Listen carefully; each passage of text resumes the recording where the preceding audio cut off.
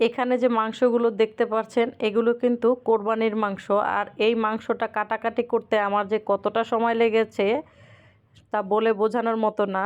অনেকটা সময় লেগেছে। আর এখানে কিন্তু বেশ অনেকখানি মাংস, আর সব মাংসই কিন্তু সলিড।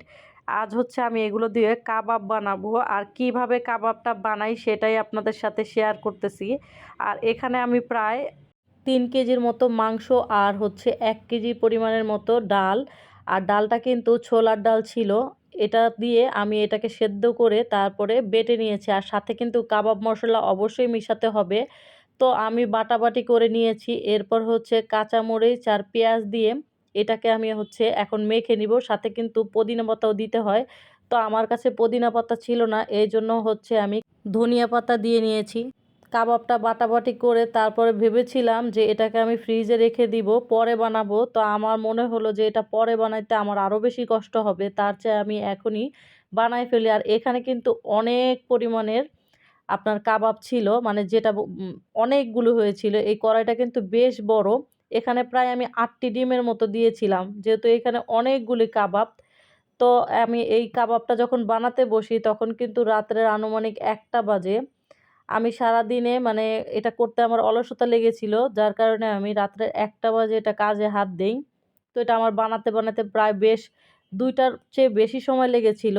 এখানে আমি প্রায় 136 পিস কাবাব বানিয়েছিলাম, আর কাবাবগুলি কিন্তু ছোট ছোট হয়নি, বেশ বড় সাইজের হয়েছিল। এভাবে করে কাবাবের শেপ দিয়ে আমি করে কি এটাকে আমি ফ্রোজেন করে রাখি ফ্রিজে, এরকম খোলা অবস্থায় রেখে দিয়ে তারপরে হচ্ছে আমি ডিপে রেখে দিই। তো ওদিন আমার হাজব্যান্ড বলল যে ফ্রিজের মধ্যে যে জীবাণু থাকে ওভাবে না রেখে তুমি একটা ডিব্বার মধ্যে রাখো। তো আমি ঠিক তার কথা মতো কাবাবগুলোকে বড় একটা ডিব্বার মধ্যে দিয়ে তার মাঝখানে পরোটার সাথে যে কাগজগুলি পাওয়া যায় সেই কাগজগুলি দিয়ে আমি ভাঁজ করে দিয়েছি। এরপরে এইটাকে আমি ঢাকনা লাগিয়ে আমি কিন্তু ডিপ ফ্রিজে রেখে দিয়েছিলাম। তো সারা রাত রাখার পরে সকালবেলা কিন্তু আমার এগুলি বরফ হয়ে যায়।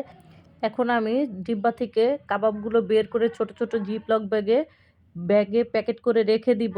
যখন যতটুকু প্রয়োজন হবে ততটুকু বের করে নিব। আর ডিব্বাটা সহ রাখতে পারতাম, কিন্তু ডিব্বাটা অনেক বড় হওয়ার কারণে ডিপের ভিতরে বেশি জায়গা পাওয়া যাবে না।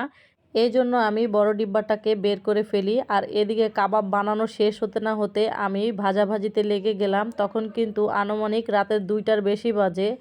কাবাব বানিয়েছি আর ভেজে খেয়ে দেখবো না যে কেমন হলো। অনেকগুলি কাবাবই আমি ভেজেছি, সে মুভি দেখতে ছিল, আর এর পাশাপাশি আমি অনেকগুলি কাবাব ভেজে নিয়ে আসছি। তো কাবাবগুলি কিন্তু দেখতে অনেক সুন্দর হয়েছিল, খেতেও কিন্তু দারুণ হয়েছিল। আর কাবাব কিন্তু আমাদের বাসায় খুব পছন্দ।